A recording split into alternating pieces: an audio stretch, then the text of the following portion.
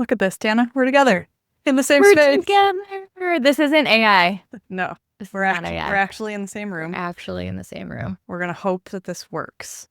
How exciting. If it doesn't work, we're going to be re-recording this. It's fine. In Holly's house. Someday I'll learn how to use the good camera. So we're in the same room at the same time, and we're going to talk about Enneagram 8s.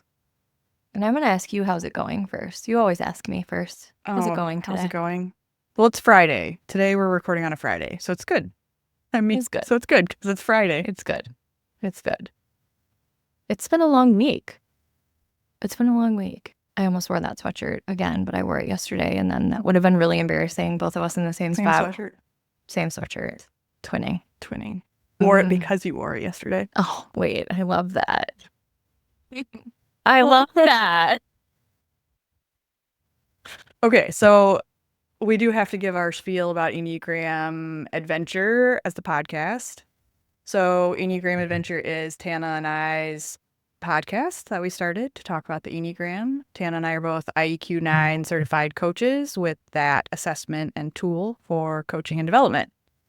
The Enneagram is a personality assessment that is based off of your core motivation. So that's where it's different from other traditional personality assessments that you may have taken before. Otherwise, leave us a rating, subscribe, all the things. And I'm excited to talk about 8s. Yeah. Challenger. Yes. Or active controller. Yes. I think sometimes they're called the protector. Mm-hmm. Yeah. Yep. So 8s. And the motivation for 8s is really from this place of wanting to be in control, not controlling, but to be in control. And 8s developed this idea that it's not okay to be weak or it's not okay to be vulnerable. And so their motivation is driven out of the place of gotta be strong, gotta be protective. What am I missing on that motivation? I think they also... 8s are often mistyped as 1s. 1s often mistyped as 8s. Subtype matters in that regard. But they're also kind of driven to kind of find justice. There's justice that they need to serve in the world and hold people accountable. That's accurate. And that's, I think, some of where the protector thing comes in, is that desire for justice or to protect people who can't protect themselves. Yeah, that's fair. I have a lot of 8s in my life. You have a lot of 8s in your life. I do. Varying subtypes for the 8s in my life. I don't know the subtypes of all the 8s in my life. Some of them, I know, not all of them. So we're going to talk a lot about, we'll have lots of personal stories about 8s just because there's so many of them. My mom is an 8. Pretty sure one of my brothers, if not two of my brothers, are also 8s. One of them I say is unconfirmed. So that's a question mark. If he's a 7 or an 8. My husband is an 8. My stress line from 2 goes to 8. His health line is to 2. Yeah. Which is interesting.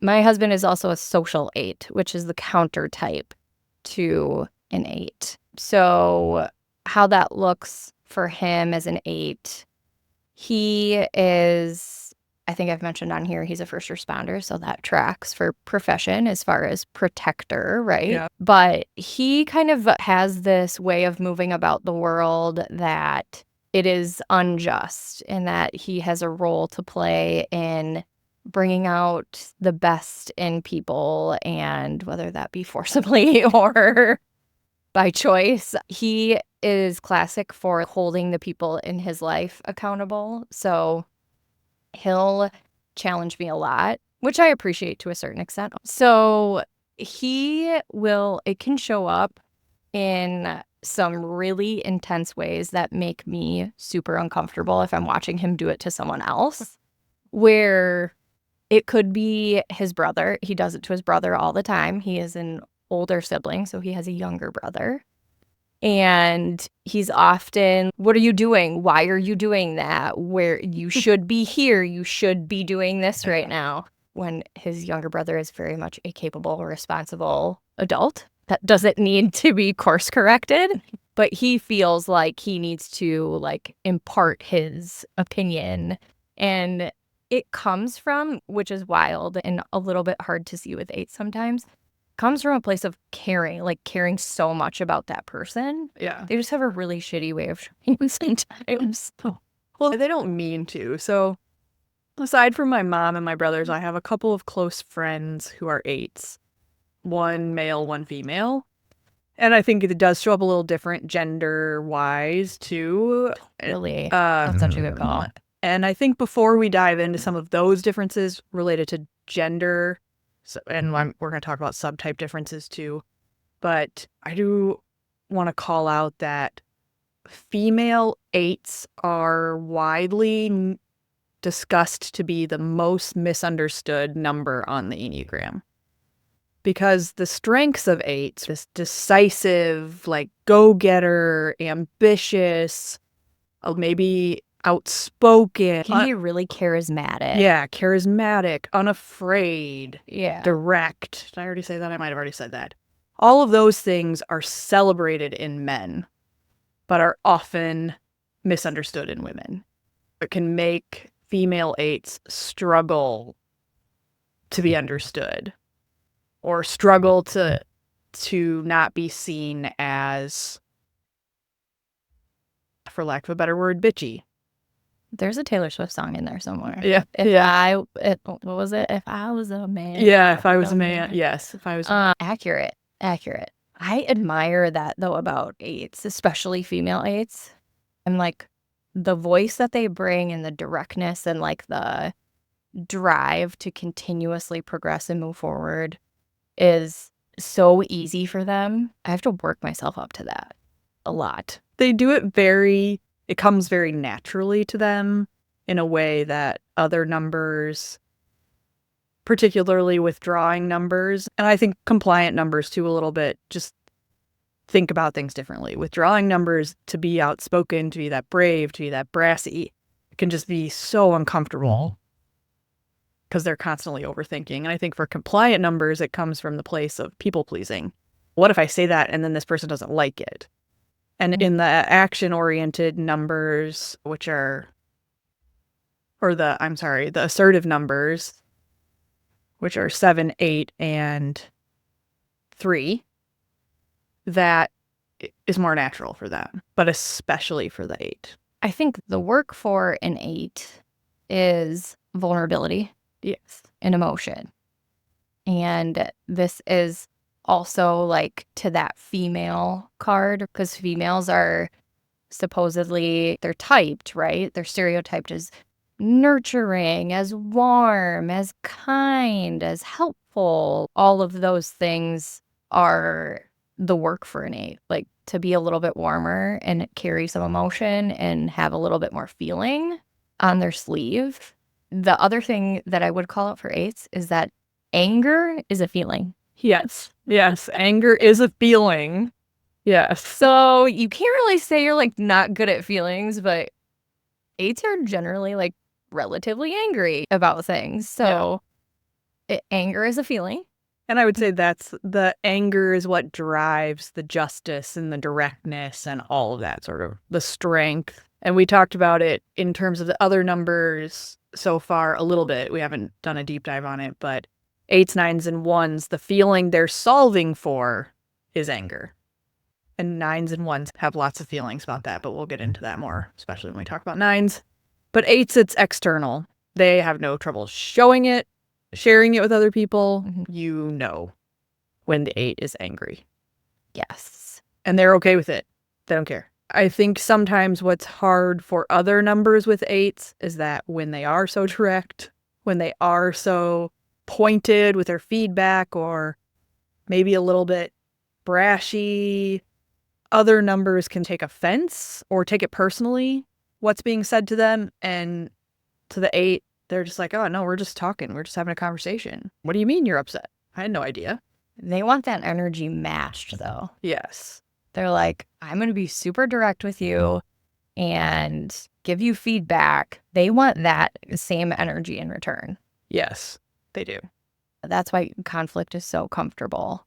for them. They're good at conflict. Oh my God. My husband is like the best at conflict. And it's so anxiety inducing. I went to a friend's house the other night. This is a perfect 8 example. Went to a friend's house the other night. And I get home at probably, I don't know, it was like 10:15. I text him at 10:09. Mind you, the man never goes to bed before that. Maybe once in a blue moon. I text him at 10:09. Hey, I don't have my right house key. Make sure you leave the garage door unlocked. I'm on my way home. I get home, the garage door is locked. And I'm like, no. So I'm like calling him on repeat. I'm like, no way he's sleeping. He's playing video games. He's doing something. No, he was sleeping.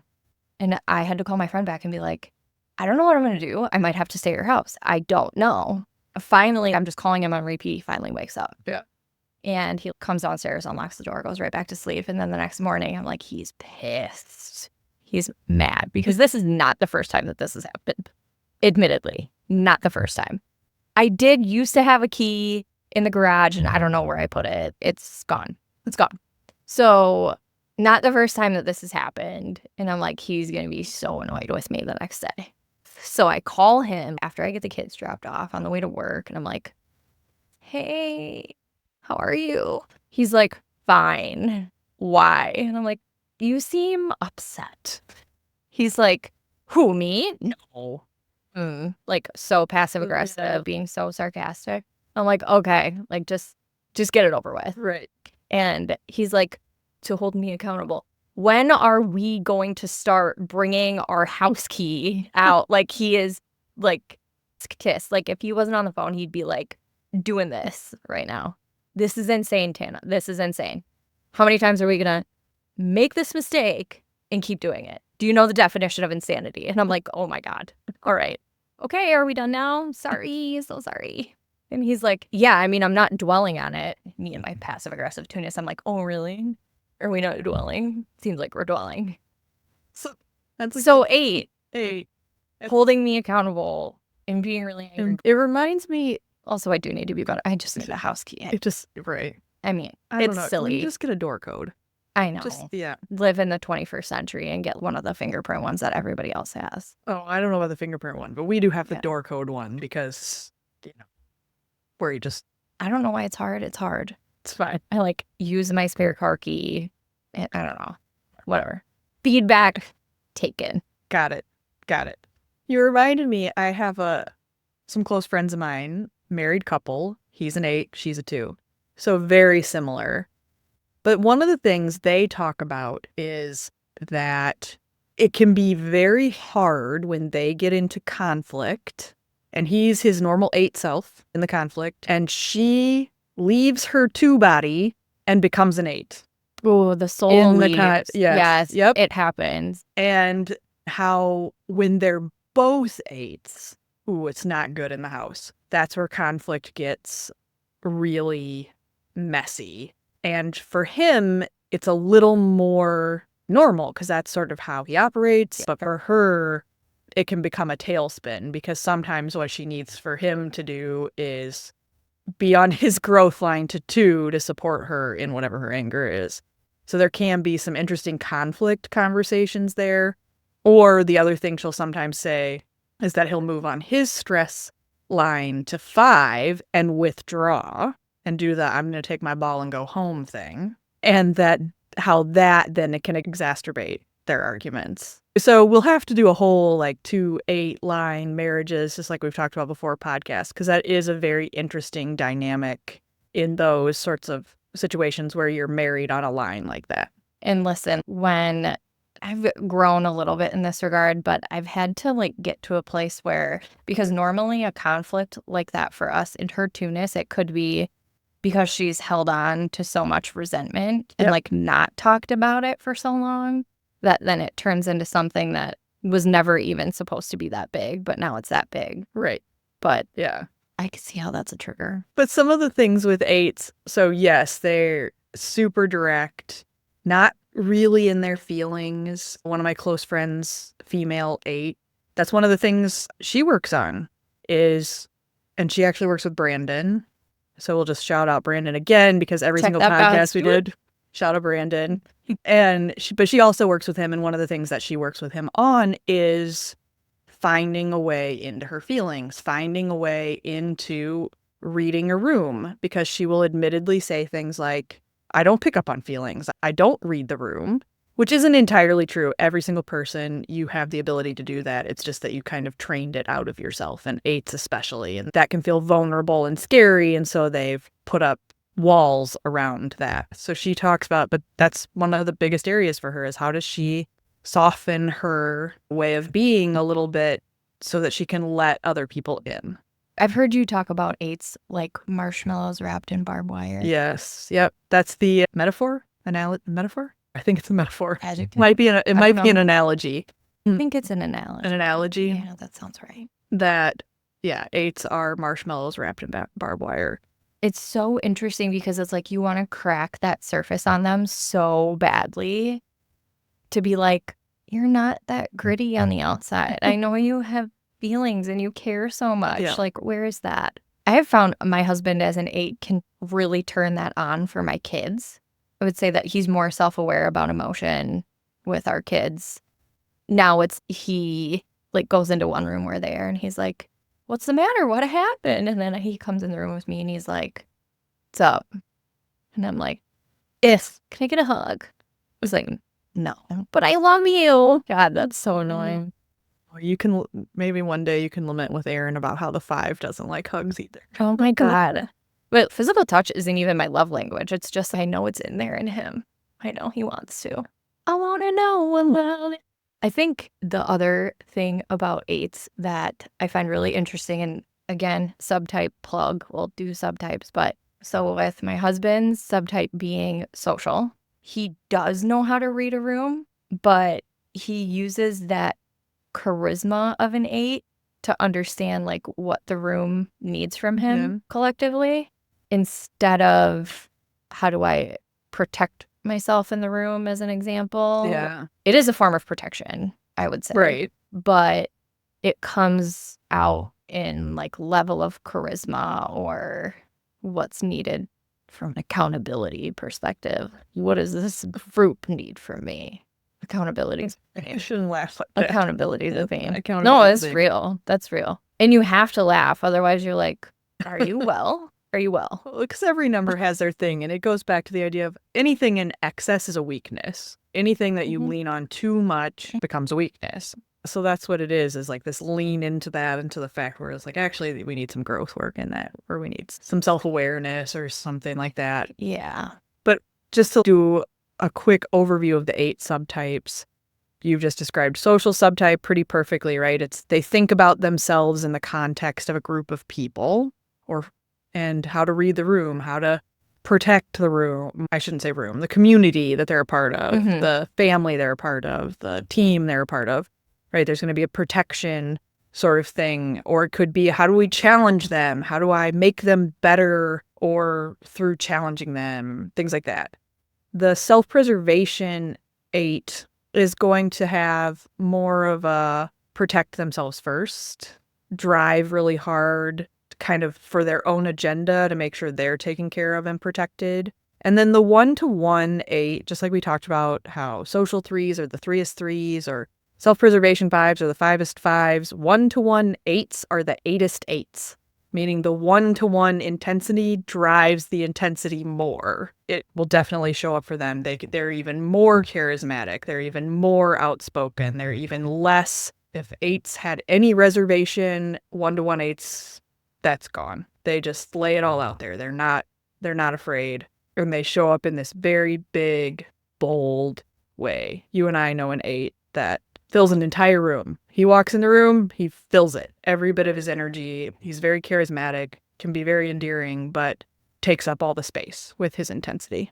The other thing that it can sometimes come across as is ego, where if a less secure 8 is feeling some type of way, it might come across as like not just ego, but it could be borderline, like, what's the word I'm searching for? Arrogance. Yeah. Like, it can read like, I know you don't know, and I'm right and you're wrong. Yeah.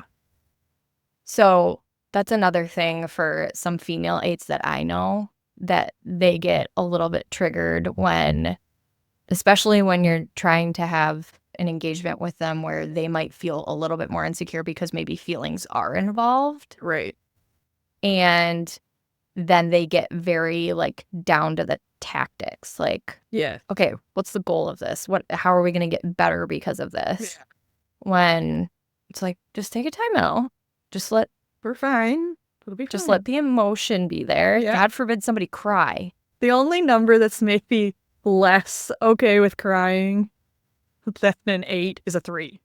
But I have a story about crying. yeah, in and an 8. 8. Oh. So my 6-year-old was getting his adenoids and tonsils removed. So you get a chance to like go back into the operating room with them, and then they put like the mask on. Yeah. And what I was not prepared for is sometimes kids go into like fight or flight mode when that happens. So like when the gas starts, some kids react like the Hulk, and some are like, this is amazing. A little high. Amazing. A little Yeah. high. Yeah. A little goofy. Mine, the Hulk, the Red Hulk. So it was only me that could go back. It was only one of us.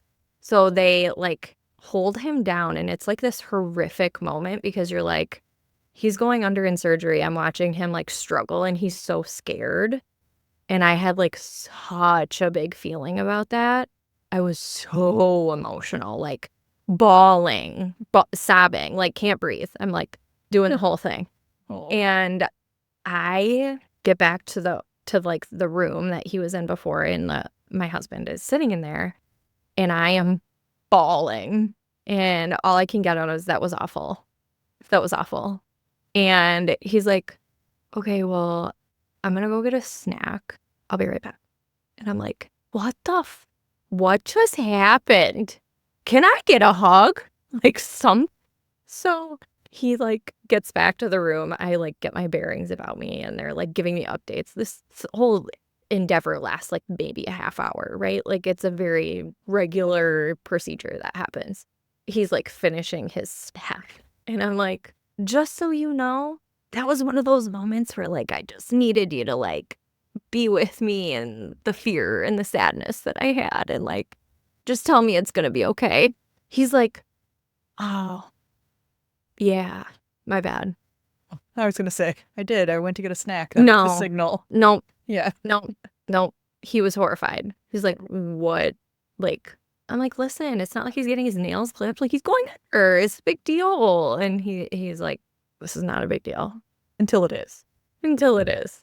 I remember shortly after I learned the Enneagram, and I started sharing it with my family, my mom took the Enneagram, and I don't know what I would have typed her. To be honest, I can't remember like what my speculation was, but hers came back as an 8. And I remember like going back and reading more about 8s and just being like, oh my God, my entire childhood makes so much sense now. So much sense. Recently, she shared some stuff about how her dad always referred to her as the strong one in the family. She was the oldest of 3 kids, and he saw her as so strong and independent. And when she tells stories about her life, it starts to be very clear. Like, she also was not going to be controlled. And so she'll tell stories like she married her high school sweetheart.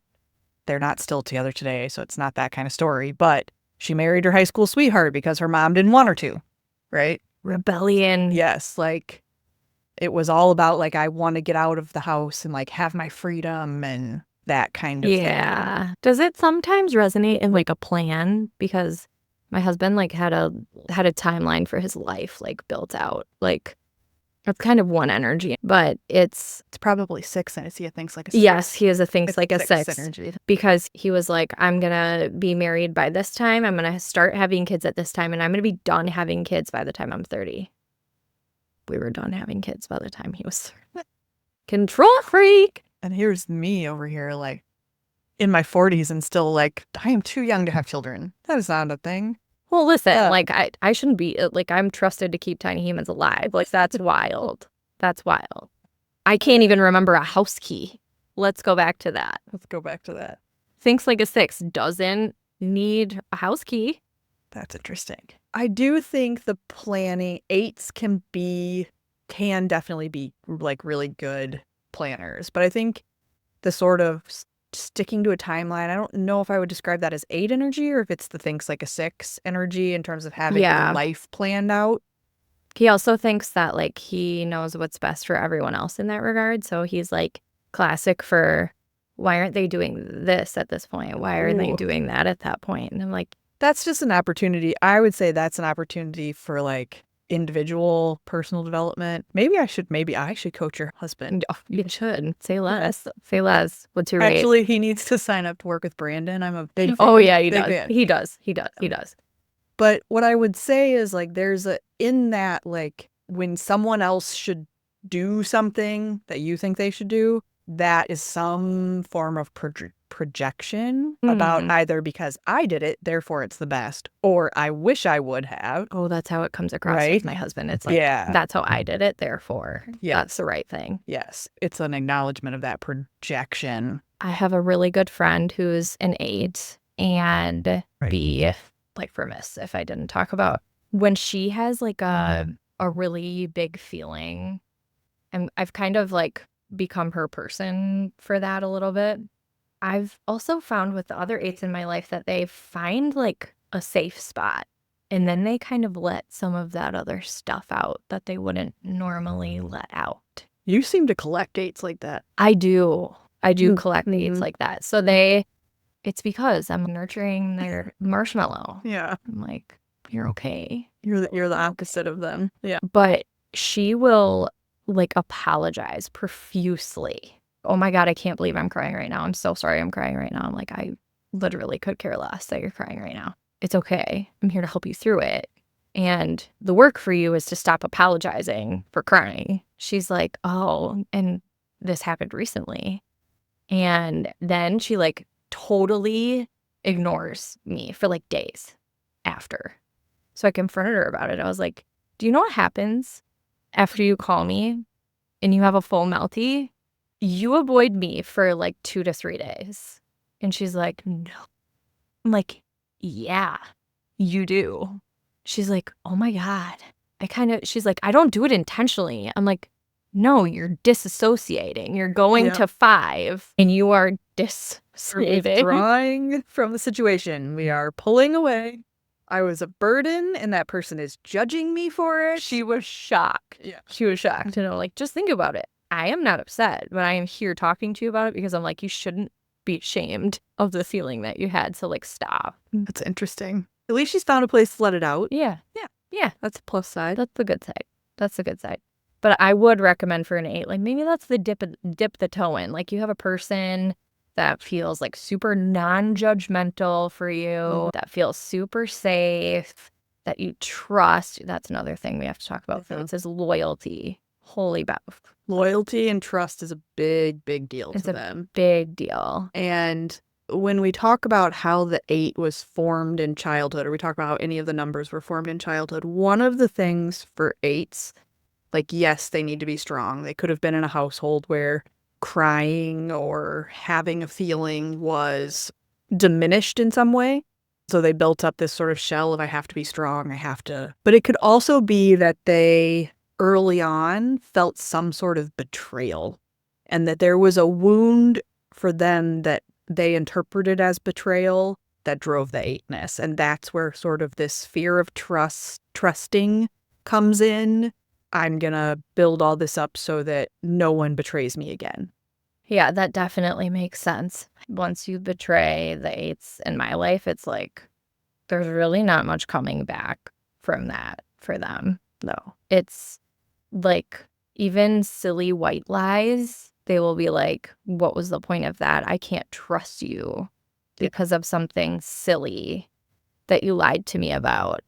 I will say that like the pressure for me as a 2 to like rise to the occasion for an 8 is pretty significant. So like if I catch myself in like a white lie, I'm like, why did I do that? But it's because like they're so like gonna hold me accountable. And I'm like, I don't know if I can say this without them like doing the thing where they're like trying to tell me that what I did was wrong. So I've had to like really work on that, because then I just unapologetically be like, yeah, yep, that's what I did. Sue me. But the loyalty piece is big for them. Huge. So this friend that I have that's an 8, she loves clothes, loves like having the best of something or having the only something. It just clicked with me which friend this is. Yes. She's 1 to 1/8. She was telling me about a story where somebody she's close to oftentimes gets the same things as her. Like, she'll wear something and be like, oh, that's super cute, and then we'll go get it. And, like, it's a thing. This friend, like, really didn't realize that it actually bothered her that she would do that. But it was to the point where they were shopping together one time, and they left shopping because it happened there where, like, she had something and then the friend bought the same thing, and they didn't speak on the way home. Like, rode together and, like, didn't talk the entire way home. And then this friend ultimately texted her and was like, hey, I'm sorry. Like, I think that really bothered you, whatever, which is great. But interesting, because it's kind of like, for her, it's her uniqueness and like her thing. I don't really know like where that energy is coming from based on the subtype maybe, but It could be in the subtype. I'd be curious if feels like a 4. I don't recall. But yeah, but there can also be, I think, with female 8s, they want to call it out. They want to be direct about it, but that's not socially acceptable. Because if it was a dude, he would have been like, man, like, what are you doing? Yeah. And just Stop said copying me. Yeah. Yeah. But there's like that sort of societal thing. Yeah. Can be like change it for female 8s. That makes sense. Yeah. The friends I was talking about that are married that are 2 and an 8, to talk about like the things that you can love about an 8, there is like not a single another human being on the planet that I know that shows up with the excitement for his friends like this 8 does. He comes out to cheer Iron Man every year, whoever his friends are that are doing it. And it's not just like, I can't clap, I'm holding the microphone. Yeah, like whatever, calm or whatever. No, he's like running with you.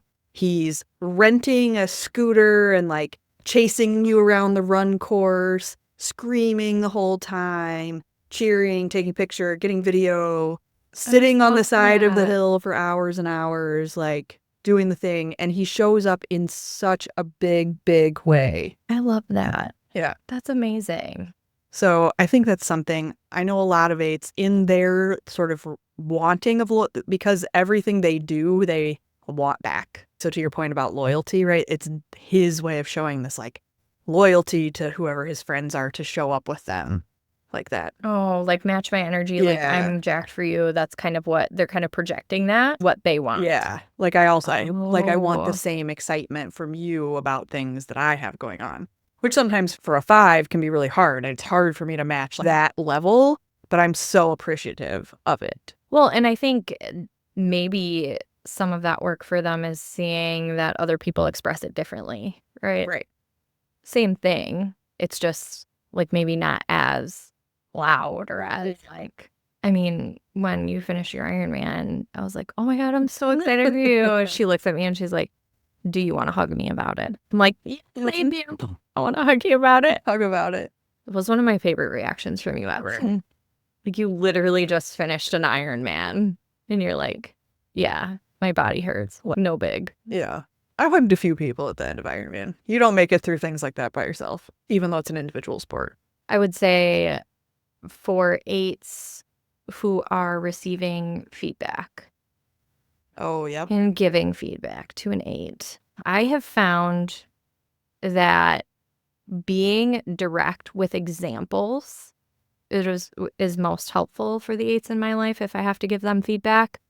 I never come to the table with a feedback conversation with an 8 without having receipts. Show me the receipts, because it's a thing with my husband too, and this is so 2 of me, but I'm feeling particularly worn out, like if he's been golfing or hunting or something like that. I low-key will be like, it'll be one more time, right? And I'll be like starting to be passive aggressive and a little irritated. And he's like, are you like mad that I'm going golfing? And I'm like, well, it's just been a lot lately. Mm-hmm. And he'll be like, well, the last time I golfed was like 4 weeks ago. And I know that's complete bullshit. But like, I can't recall off the top of my head. So I'm guilty for like, remember that thing. I never come to a conversation without receipts. Moral of the story. But another thing is I do not have constructive conflict with the 8s in my life if I am bringing too much emotion to the conversation. Now, emotion that isn't anger, if it's sadness, if it's disappointment, if it's any of those things, I leave them at the door. But if it's I'm going to be direct with you and clear, I will bring that kind of energy. But I have to be a little non-emotive for it to be a successful conversation. I think that's a good point because 8s need the directness that they give is essentially what they're giving you permission to give them, but they don't want to get wrapped up in the emotion, and that can be very difficult for them to sort through. But so the more fact-based you can be, I think the better for them just to receive it, to give them a little something to like chew on in their own mind of like, oh yeah, I did do that. So I think that is important in terms of giving them feedback. And it's also very important to not beat around the bush.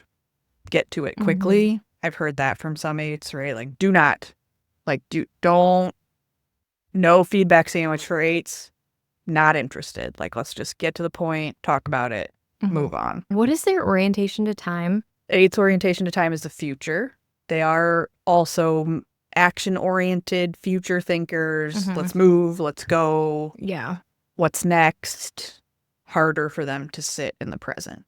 Interesting. Because I bring it up because sometimes the 8s that I know will bring up things that other people have done to them in the past. If they're getting feedback, is kind of like, well, hold on a second.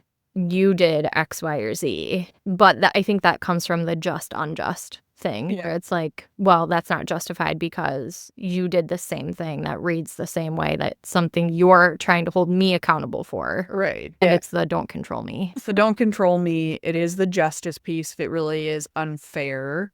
I don't know that necessarily has a ton to do with their orientation to time, but remembering that when they are stressed, really stressed, they move towards 5, which would be the reflective. So when they're pulling away and whatever there is, the 5 could come through as reflective in some of those situations.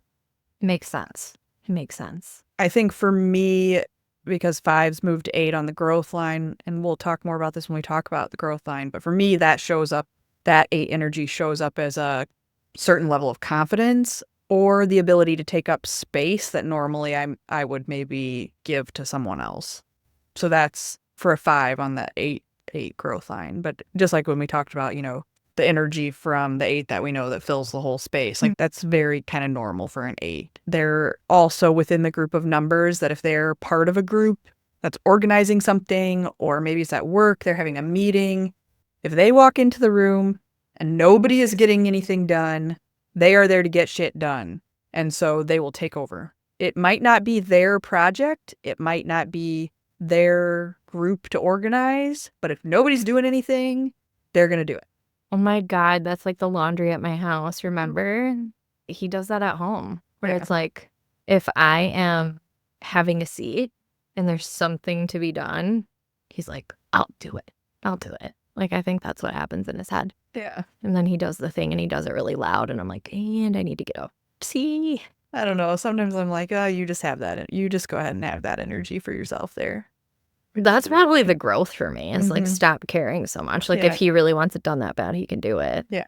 What's it matter if we do it now or we do it in an hour? What's the difference? It's that one energy. Yeah. He, like, if he is sitting on a weekend, no shot.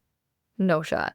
Well, 8s are also so action oriented. Is he like a very busy person? 8s, 9s, and 1s sit in the action triad, which is also the anger triad. That's what they're trying to solve for. But generally how that shows up, it shows up a little differently in all of them because one of them, it's like internal, one of them's external. and one of them's contradicted. That's a whole podcast by itself. But the way that shows up for eights, for all of those numbers, is that they can be very, very busy in different ways. So ones, right? It's like, must complete the list before we can relax. Check the box, check the box, check the box. Eights, it's the same idea. It might not be the list, but it's going to be, I want to be busy all the time. I want to constantly be taking action, moving forward, driving. Could be house things that they're particular about keeping their house a certain way. I do remember an eight talking to me about, particularly during the pandemic, she kept her house like spotless because it was the one thing she felt like she could control, was how clean her house was. You could read that and be like, oh, one, but it wasn't that motivation, right? It was, I can control my house. I can control what my house looks like, feels like. I am going to keep it a certain way. But it was driven out of that action space.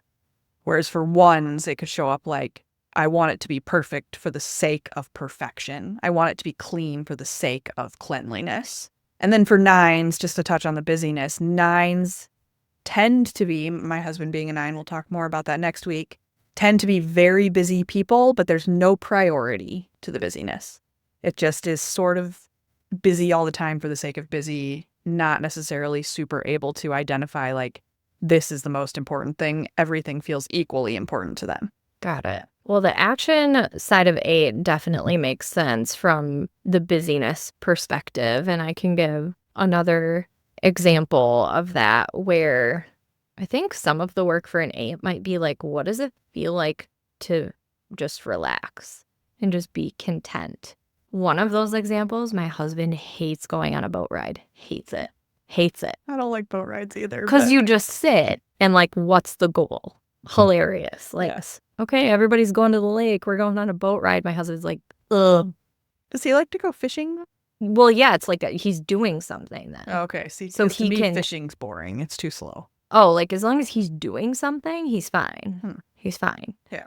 But it's like he can't just like sit on a beach. He can't just sit and be. It's always we're doing something. He can sit in a tree stand while he's hunting. Watching for something, but he's still doing something. Interesting. And even where I'm a mom that has virtually no time for hobbies, like this is my hobby, and like shopping and hanging out with my friends is a hobby. He will be like, so he gets like all this time away because of like golf or hunting or whatever. He hunts animals year round. When it comes to time for me away, I'll go to brunch with my sister and my cousin, and like then we'll, make one more stop after and go home, relatively early in the afternoon, or like if it's in nighttime, vice versa, right? But because we're not doing something, there's like a little hint of judgment in there. Yeah. There's a little flavor of that where it's like, you're sitting down, you're having drinks, not productive. So it feels a little judgy sometimes, but it's like, I don't really have the luxury of like, I can't pick up a golf league on a Wednesday. I can't, I mean, you could, but he'd have to pick up the slack. He would have to, He would have to then, we'd have to make arrangements and schedules and all the things. Yeah. But me. But no, he is great. I love him. Yes. I like to pick on him. Yeah. But it's because we're not doing something. It can feel like, again, I would talk about like the growth work for that and the projection of that. Like what's productive to one person versus another is very different. And there's likely some childhood messaging that he's carrying related to being productive. Probably. But I do think the judginess thing, we talked about it a little bit when we talked about sixes. We talk about it when we talk about ones. There's certain numbers that in their kind of way that they show up and articulate themselves come off that way. Maybe they don't always mean it that way. And for eights, it's again the I know what is right, what is just, what is fair, that can lead to that sort of tone that sounds judgmental. Because I know what you mean. It's the... I think it's because it's driven out of a place of caring. Like if you think about each of those numbers, like 1, 6, and 8, loyalty is like a tie between each of those. And they feel particularly passionate about their people. Yep. So it comes from a really positive place. The watch out is just maybe the tone or maybe the understanding that needs to come from it instead of making it feel like somebody's doing something wrong or not the way that you might want to do it. I think it is allowing the space for there to be another perspective, another way to do something that's different than your way. Because eights, 6s, and 1s are a good example in this, do have this sort of tendency to show up to the people in their life with like, nope, I know what's best for you. This is best because it will be the most perfect. Or this is best because this is going to be the most thoughtful. Or this is best because it's the most productive. Because it's the most productive. Or it's going to move things forward in the best way. So I do think that's an area of growth for sure for them. There could be the judgment there. That's for them to work on. I think we all have it. Oh, sure. We all have stories that we tell ourselves about the intent of something or about why. Or the judgment piece, right? I can rabbit hole on why the heck aren't people more thoughtful? Why aren't they doing the research before they make XYZ decision? Don't they understand how, like, any number can, like... We talk about development. Why don't people want to do this really hard, painful work that... What do you mean you don't like personal development? What do you mean? What's wrong with you? Do you? I think it's what's wrong with us. No, that's fair. That's fair. I don't know what we're solving for, Tannah. Some deep-seated... We're working on it. Yes. Baggage. Yeah. These bags do not fly free. No. Mine are silly. Yeah. I did read something about when you're learning to let go of something, it will become heavier before you let it go. I saw you post about that. Yeah, because once it becomes so heavy, you have to put it down. Like my kids walking up the stairs. It's like right when I get to the top of the stairs, they're really heavy. And I'm like, you gotta put it down. I need you to get down. I wasn't quite sure where you're going with that. I get it now. Got it. It's fact. It happened to me, like just today. That's what I'm thinking about. I was so winded. I don't know. Maybe you need to do some squats. Probably. Hitting hills this morning was not kind to me. No, it was not. It was not kind. Yeah. Speaking of development work. That's physical development. Okay. What are we missing in this conversation? I think what I'm missing is me saying, I think I collect 8s for a reason. I love 8s. I connect with them on a very deep level. I also really love to try to fix the barbed wire piece of their marshmallow. Oh, too. So, yes. I love 8. Yeah. I think that my husband is well placed in his career. If there is an emergency situation, I want an 8. Like, I want somebody there who's, like, fearless, who's, like, challenging, who's there to protect me. I want them in a lot of situations. They bring so much value. I think the world needs to appreciate female 8 energy because it is very important to how not just we as a society develop into greater human beings, but I think about my kids. Like, I want my kids to respect that strong female 8 energy. I want my niece to feel like she can get fiery when she needs to.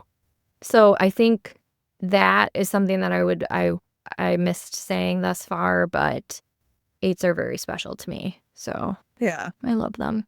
I do have a deep appreciation for the 8s in my life. There are a lot of them, but I don't collect them on the same level that you do. Because I'm trying to fix all of them. Yeah. Well, I think that while we both share a line to 8, I think it's also there's like a different energy in the 2 and the 5s. Oh, your 8 shows up way different than my 8. Yeah. Not that it's in there both ways.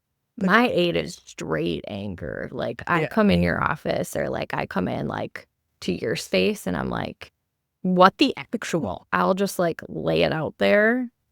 Where your 8 is more like, you get a little case of the F-its and you're like, I'm going to say this. Yeah. Like, here's what I think. Yes. I mean, I think on both sides, it's fuck this energy, like, on two different sides of the same coin. Yeah. It's not. I kind of like it when you get Yeah. like that. Catches me by surprise. It keeps me on my toes a little bit.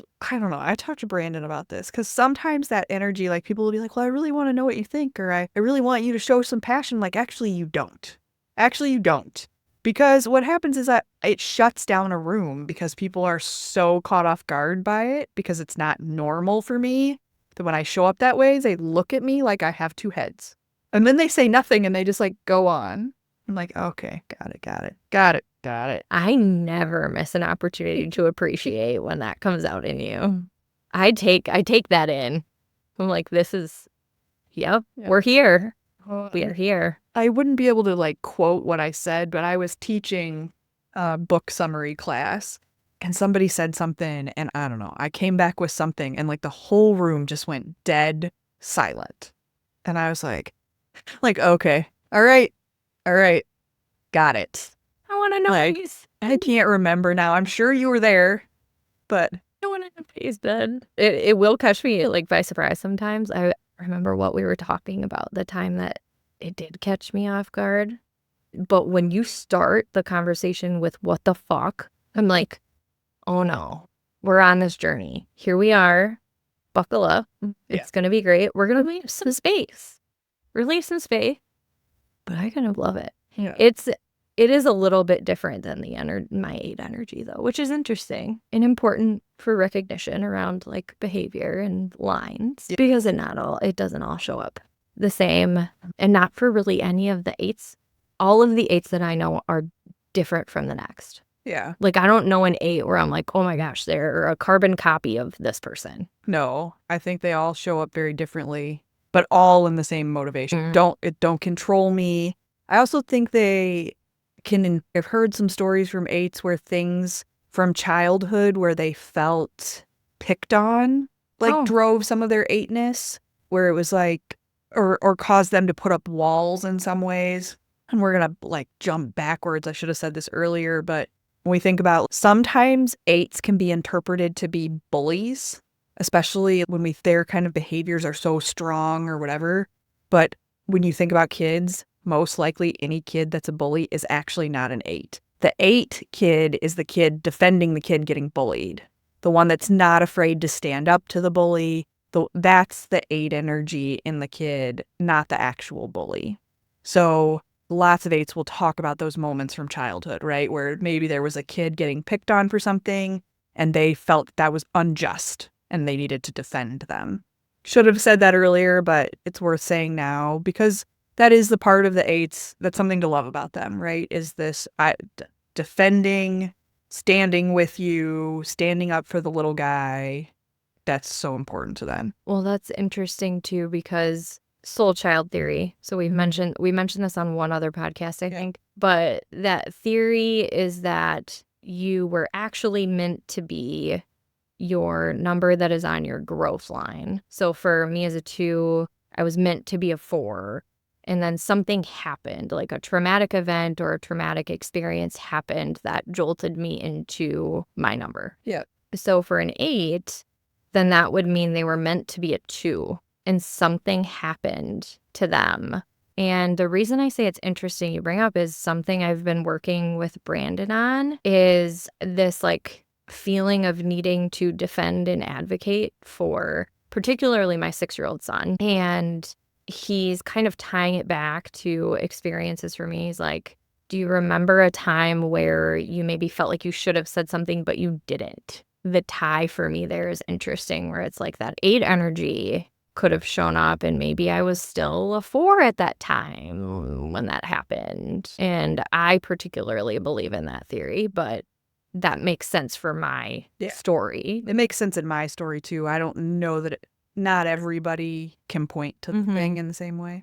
But the 8 for me, because that would be for 5 would mean that I was on track to be an 8 and something happened and I know exactly what it was that then like pulled the 5 energy as the safe way to be. Like withdrawing. Yeah, withdrawing became the safe option because being bold and fearless had consequences. That's definitely true for me in my life. And there's like, I can point to specific moments where like, oh, yep, it was that moment. It was that moment. It was that moment.